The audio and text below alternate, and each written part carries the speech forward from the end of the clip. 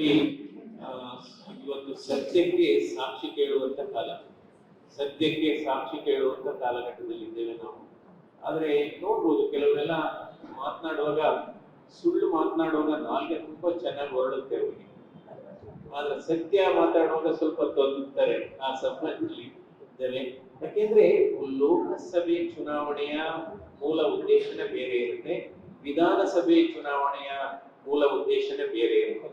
ಲೋಕಸಭೆ ಚುನಾವಣೆಯ ಮೂಲ ಉದ್ದೇಶಗಳೇನಪ್ಪ? ರಾಷ್ಟ್ರೀಯತೆ, ರಾಷ್ಟ್ರದ ಬಗ್ಗೆ ಏನ್ ಆಗ್ಬೇಕು, ರಾಷ್ಟ್ರ ಮಟ್ಟದಲ್ಲಿ ಶಾಶ್ವತವಾದಂತಹ ಪರಿಹಾರಗಳು ಏನ್ ಬೇಕು, ಯಾಕೆಂದ್ರೆ ಶಾಶ್ವತವಾದಂತಹ ಆಸ್ತಿಗಳನ್ನ. ಸೊ ಫೈನಲಿ ಬೆಂಗಳೂರು ಗ್ರಾಮಾಂತರದಲ್ಲಿ ಡಾಕ್ಟರ್ ಮಂಜುನಾಥ್ ಅವರಿಗೆ ಸಿಕ್ಕಿದೆ ಟಿಕೆಟ್. ಅದು ಬಹಳ ಬಹಳ ಕುತೂಹಲ ಇತ್ತು.